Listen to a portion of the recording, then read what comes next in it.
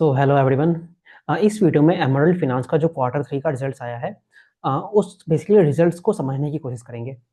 सो emerald finance को हम लोगों ने डिस्कस करना क्यों स्टार्ट किया था, क्योंकि बेसिकली एक fintech platform type of a company है, जहाँ पे आप देखते हैं कि बेसिकली इनका जो पूरा ट्रैक्शन या फिर जितनी भी ड्राइव रहा है वो basically early batch excess product की तरफ रहा है। अब एक बार हम लोग इनके जो नंबर्स आए हैं उनको देखते हैं, तो उससे हमें और अच्छा आइडिया लगेगा। तो अब अगर आप इनके स्टैंडअलोन बिजनेस को देखोगे तो बेसिकली ये जो बिजनेस है, ये आपके दो तरह से काम करता है। एक इनका स्टैंडअलोन है, एक आपके कंसोलिडेटेड नंबर्स होते हैं। स्टैंडअलोन क्या होता है? स्टैंडअलोन में दो आइटम्स है, इंटरेस्ट इनकम और फी बेस्ड इनकम। सिमिलरली जब आप कंसोलिडेटेड में देखते हो तो एक इंटरेस्ट इनकम होता है और एक फी बेस्ड इनकम होता है। अब ये क्या चीजें हैं? तो देखिए, जब पहले हम लोग स्टैंडअलोन सेगमेंट की बात करते हैं, तो यहाँ पे दो चीजें आ रही हैं, एक आपकी फी बेस्ड इनकम आ गई, एक इंटरेस्ट इनकम आ गई। अब सबसे पहले हम लोग बात करते हैं इंटरेस्ट इनकम। इंटरेस्ट इनकम क्या होता है? It is just like any other financials, जहाँ पे आप देखते हैं कि एमरल्ड फाइनेंस भी जो है वो अपने स्मॉल टिकट बिजनेस लोन्स देता है। तो वहां से जो बेसिकली लगभग 100 करोड़ का बाय द एंड ऑफ सितंबर इनका पूरा एयूएम था, तो वहां से जो बेसिकली इंटरेस्ट आते हैं उसको ये लोग अपने इंटरेस्ट इनकम में दिखा देते हैं, जो कि इनके पूरे बिजनेस में सबसे बड़ा रेवेन्यू जनरेटिंग इन साइड हो गया। दूसरा चीज जो होता है, आप देखिए स्टैंडअलोन में जो हमने देखा अभी, वहां पे होता है आपका फी बेस्ड इनकम। अब इसके अंदर क्या आते हैं? इसके अंदर दो चीजें आती हैं। सबसे पहले आपके अर्ली वेज एक्सेस आता है, और फिर उसके अलावा जो ये लोग अपने बिजनेस लोन्स वगैरह देते हैं उसके लिए जो प्रोसेसिंग फीस वगैरह चार्ज करते होंगे, तो उससे भी फी इनकम आ रही है। तो आपके अर्ली बेच एक्सेस में जो इन्होंने फीस चार्ज की, लगभग 1.5 से 2.5% के बीच में चार्ज करते हैं, और जो बाकी बिजनेस लोन से जो आया उन दोनों को मिला के इनका पूरा फी बेस्ड इनकम होता है। सो ये है इनका स्टैंडअलोन वाला बिजनेस। अब कंसोलिडेटेड में क्या आती है? तो बेसिकली इनकी एक सब्सिडरी, आई थिंक इक्लेट करके नाम है उसका। अब वो सब्सिडरी से क्या करते हैं? तो यहाँ पे आप अगर बाकी फाइनेंशियल्स को भी देखते होगे, तो वहां पे एक चीज होती है, डायरेक्ट सेलिंग एजेंट्स वगैरह होते हैं। तो बेसिकली क्या है, ये लोग एक तरह से सिंडिकेशन कह लीजिए, एजेंसी कह लीजिए, एजेंट्स कह लीजिए। तो जितने भी हमारे इंडिया में बड़ी बड़ी बैंक है, आपकी आईसीआईसीआई बैंक हो गई, मुथूट फिनांस हो गया, इन सभी के लिए ये लोग बेसिकली लोन ओरिजिनेशन का काम करते हैं। तो उसके लिए लोन ओरिजिनेशन का काम किया, तो उसके बेसिस पे इनको प्रोसेसिंग फीस कह लीजिए, कमीशन कह लीजिए, वो मिलता है लगभग 1 से 3% के बीच में कमीशन मिलता है वहां से। तो उसके बेसिस पे वहां से फी बेस्ड इनकम वहां से आती है इनके स्टैंडअलोन में, सॉरी सब्सिडरी में। और कुछ उनके जो सब्सिडरी है वहां पे भी कुछ बेसिकली लोन्स हैं, जिसके कारण उनका कुछ इंटरेस्ट इनकम जनरेट होता है। तो वहीं से अगर आप देखेंगे यहाँ पे, तो आपको यहाँ पे दिख जाएगा कि जब आप इनका स्टैंडअलोन बिजनेस देखते हो ना, तो यहाँ पे आपको एक लार्ज चंक ऑफ जो इनकम दिखेगा, मतलब अब वो आप देखिए इंटरेस्ट इनकम में लगभग 3 करोड़ रुपए दिखते हैं वहाँ पे। और जो फी बेस्ड इनकम है वो लगभग 2.24 होता है। अब ये जो फी बेस्ड इनकम है, this is the combination of आपका अर्ली वेज एक्सेस और जो आपके बेसिकली बिजनेस लोन्स वगैरह दिए, वहां से जो प्रोसेसिंग फीस आती है उसे फी बेस्ड इनकम आया। अब यही इंटरेस्ट इनकम को जब मैं आपके कंसोलिडेटेड में कंपेयर करता हूँ, तो यू विल फाइंड कि इंटरेस्ट इनकम उतना ज्यादा बढ़ा नहीं है। क्यों? क्योंकि बेसिकली सब्सिडरी जो इनकी है, वहां पे ये लोग बेसिकली पूरा प्रोसेसिंग फीस वगैरह ही चार्ज करते हैं। तो जो भी इनका रेवेन्यू आता है वो एक लार्ज चंक आपका फी बेस्ड इनकम में आता है, और जितने भी इंटरेस्ट इनकम आने हैं वो आपके बेसिकली स्टैंडअलोन बिजनेस से आता है। सो ये बेसिकली आपको एक तरह से नंबर्स वगैरह के बारे में मालूम चल गया। अब अगर हम लोग कुछ नंबर्स वगैरह बोले कि इस क्वार्टर में इनका परफॉर्मेंस कैसा रहा है, सो मैंने कुछ नंबर्स नोट किए हैं। तो स्टैंडअलोन में अगर आप देखेंगे तो क्वार्टर ऑन क्वार्टर लगभग 8.4% का जंप है, और जो आपके ईयर ऑन ईयर है लगभग 55% का जंप है। वहीं अगर आप पैट को देखोगे ऑन द स्टैंडअलोन बेसिस, तो लगभग 5.9% का जंप है क्वार्टर ऑन क्वार्टर, और लगभग 82% का जंप है ईयर ऑन ईयर। तो जब आप स्टैंडअलोन में आप देख रहे हो कि जो इनका टॉप लाइन मतलब रेवेन्यू बढ़ा है, तो उसका मेजर ड्राइवर क्या है? तो अभी मैंने आपको नंबर्स दिखाए थे यहाँ पे। तो जो इनका टॉप लाइन का ड्राइवर है in the case of standalone, वो ड्राइवर आपका इंटरेस्ट इनकम नहीं है, वो ड्राइवर आपका फी बेस्ड इनकम है। सो अब फी बेस्ड इनकम में क्या आते हैं? वो आपके आते हैं अर्ली वेज एक्सेस और जो आपके बिजनेस के लिए प्रोसेसिंग फीस लगती है। अब देखिए, जब आप लोन्स देते हो तो उससे आपका इंटरेस्ट इनकम भी बढ़ेगा, और साथ ही साथ उसकी प्रोसेसिंग फीस भी बढ़ेगी। अब सिंस इंटरेस्ट इनकम जो है वो उतने तेजी से बढ़ानी है, so let me just show you also. So आप यहाँ पे देखिए, आपको ये दिखेगा कि ऑलमोस्ट आप पिछले ईयर से अगर आप कंपेयर करोगे both quarter on quarter as well as year on year, तो इंटरेस्ट इनकम ऑलमोस्ट फ्लैटिस है। जो भी आपको ग्रोथ दिखा है वो आपकी फी बेस्ड इनकम में दिखा है ना। तो कहने का मतलब मेरा ये है कि बेसिकली क्या है, सिंस आपकी जो प्रोसेसिंग फीस होती है वो तभी बढ़ेगी जब आपका इंटरेस्ट इनकम भी बढ़ेगा। कहने का मतलब ये है, जब आप ज्यादा लोन्स दोगे तो उसके बेसिस पे आप और ज्यादा प्रोसेसिंग फीस चार्ज करोगे, तो वो फी बेस्ड इनकम को बढ़ाएगा। सिंस अब आपके इंटरेस्ट इनकम बढ़ा नहीं है, तो कहने का मतलब क्या है, फी बेस्ड इनकम में आपकी बेसिकली प्रोसेसिंग फीस का कंपोनेंट नहीं है। तो फी बेस्ड इनकम फिर ड्राइव क्या किया है? अब इनके जो दो प्रोडक्ट बचते हैं, एक तो आपके शॉर्ट टर्म कुछ महीनों के लिए लोन्स देते हैं, या फिर आपके अर्ली वेज एक्सेस के प्रोडक्ट्स होते हैं। अब जो व्हाट आई थिंक कि जो फी बेस्ड इनकम का जो मेजर ड्राइवर रहा है, वो आपके अर्ली वेज एक्सेस में एक ग्रेटर अमाउंट ऑफ डिस्बर्समेंट है। इसका बात हमें कैसे मालूम चलता है? सो ये हमें कैसे मालूम चलता है? अब देखिए, जब क्वार्टर टू इनका एंड हुआ था, तो वहां पे इन लोगों की बात थी कि ये लगभग अराउंड आई थिंक 6 करोड़ पर मंथली डिसबर्स कर रहे थे वहां पे। अब जो इनका गाइडेंस था कि लगभग bye the end of this financial year I think 15 या 20 करोड़ मंथली डिसबर्समेंट करने की बात कर रहे थे, और पर मंथ लगभग 15 से 20% इंक्रीमेंट की बात कर रहे थे। तो आप देखिए, तो और अभी अगर आप इनका जो बीएसई है वहां पे अगर आप इनके अपडेट्स देखोगे, तो क्वार्टर 2 से क्वार्टर 3 के अंदर लगभग आई थिंक 15-20 तो इनके जो अपडेट्स आए हैं उसमें इन्होंने नए नए कॉर्पोरेट्स को ऑनबोर्ड किया है। अब जो इनका गाइडेंस भी था bye the end of quarter 2 I think लगभग 90 अब सॉरी 140 कॉर्पोरेट्स इन्होंने ऑनबोर्ड कर लिए थे, और जो इनका गाइडेंस है लगभग 250 कॉर्पोरेट्स करने का ऑनबोर्ड करने का गाइडेंस है।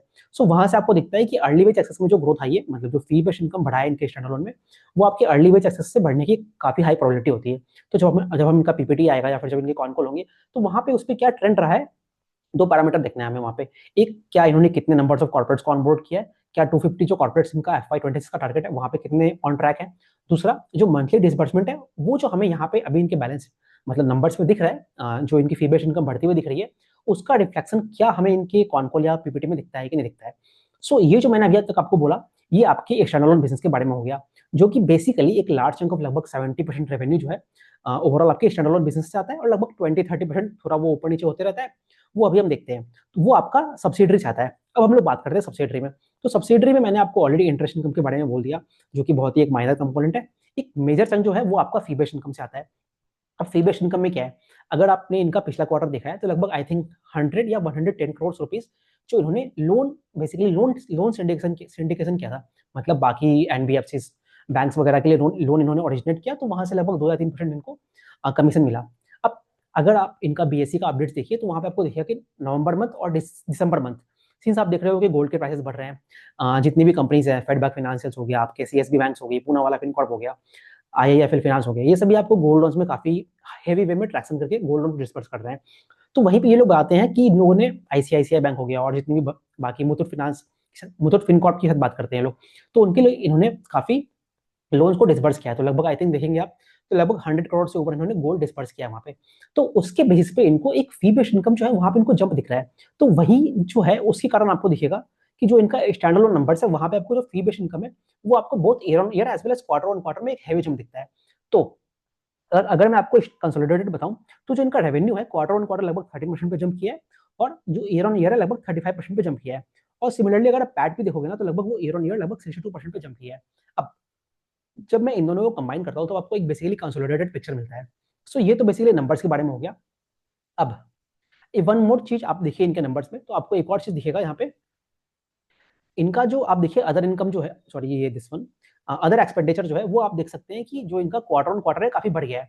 अब ये अदर एक्सपेंडिचर बढ़ता क्यों है, ये जो चीज है ये बेसिकली क्या होता है, जब ये लोग लोन ओरिजिनेशन करते हैं तो दो वे में करते हैं। एक आप सोच लीजिए कि आपके जो खुद के एम्प्लॉयज होंगे, मतलब जो इनके सब्सिडरी कंपनी है वहाँ के जो एम्प्लॉयज होंगे, वो बेसिकली उस लोन्स को ओरिजिनेट करें, या दूसरा ये लोग थर्ड पार्टी एजेंट्स वगैरह को लाए। तो जब आप थर्ड पार्टी एजेंट्स वगैरह को लाते हो ना, तो वहां पे आपको उनको और ज्यादा कमीशन देना पड़ता है। सो दैट इज द रिफ्लेक्शन जिसके कारण इनका अदर एक्सपेंडिचर जो है वो बढ़ा है। So you can see here कि इनका जो अदर एक्सपेंडिचर बढ़ा है।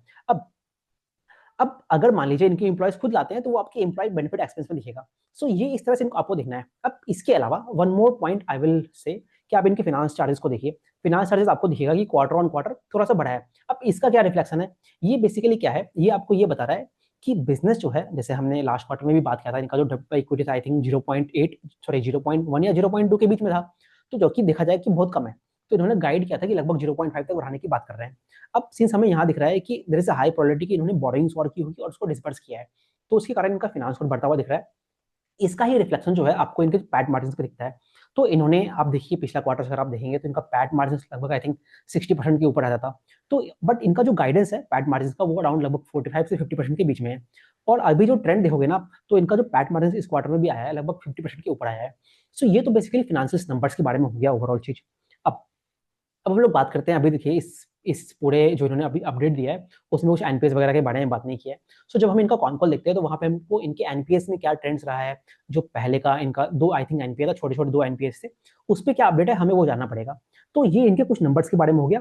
इसके अलावा अब अगर मैं आपको बताऊं, ओके, अब हम लोग बात कर लेते हैं इनके जो गाइडेंस है जिसके बारे में पूरा डिस्कशन रहता है। सो अगर आप देखिए, सो अगर हम देखें तो इनका जो गाइडेंस है बेसिकली, तो इनका गाइडेंस जो इन्होंने पहले के क्वार्टर्स में इन्होंने नंबर्स दिया था, तो वहां पे इनका जो गाइडेंस है वो लगभग 8 से 10 एक्सपेक्ट करने का था bye the end of I think FY27।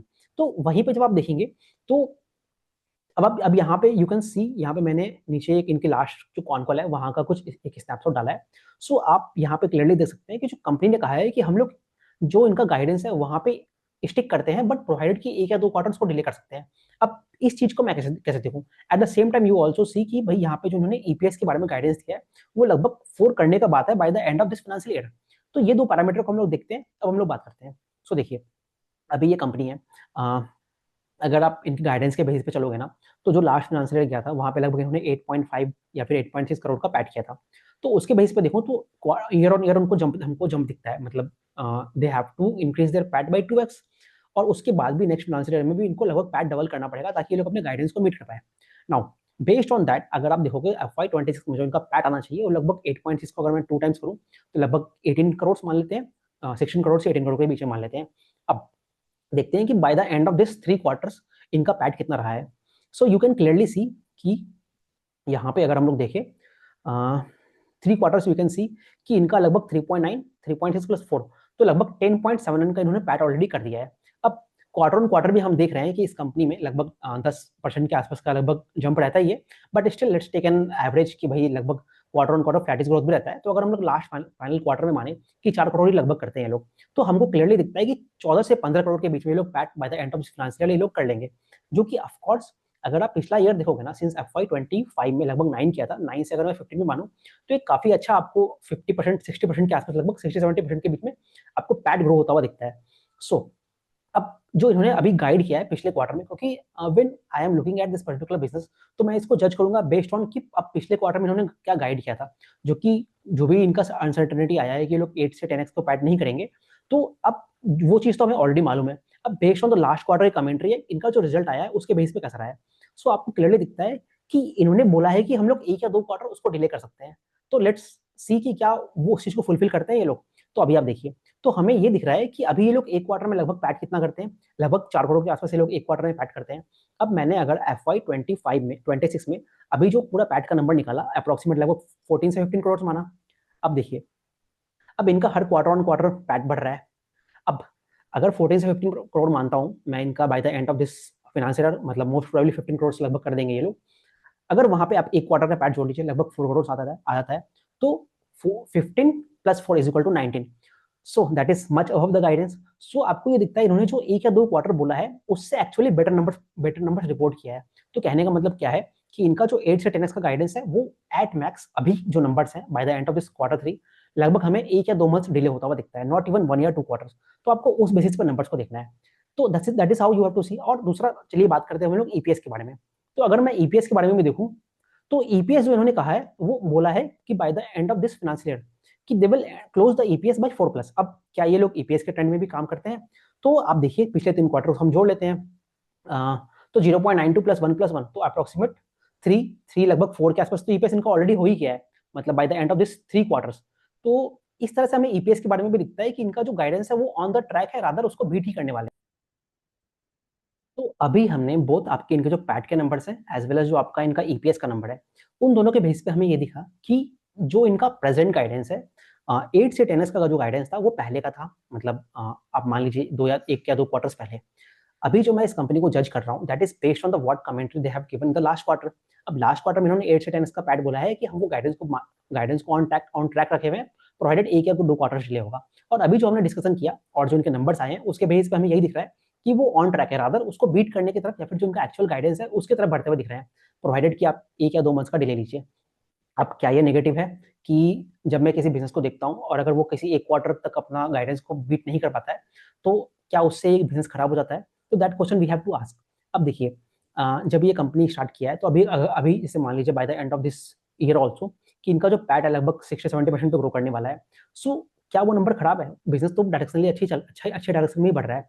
अब अच्छे डायरेक्शन में कैसे बढ़ रहा है? अब देखिए इनका EPS continuously her quarter on quarter बढ़ रहा है।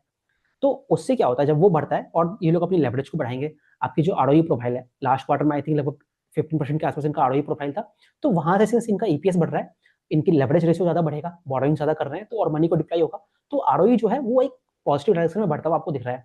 तो एक ओवरऑल अगर आप जब बिजनेस को देखोगे ना तो कंपनी अपने गाइडेंस के लिए ऑन ट्रैक है, प्रोवाइडेड कि 1 या 2 मंथ्स का डिले हमें प्रेजेंट नंबर पे दिखता है। बाकी तो वी विल सी कि इनके कॉन कॉल्स में कैसा रहता है अपडेट। अब हम जब इनका कॉन कॉल होगा तो हमें कुछ नंबर्स को देखना पड़ेगा।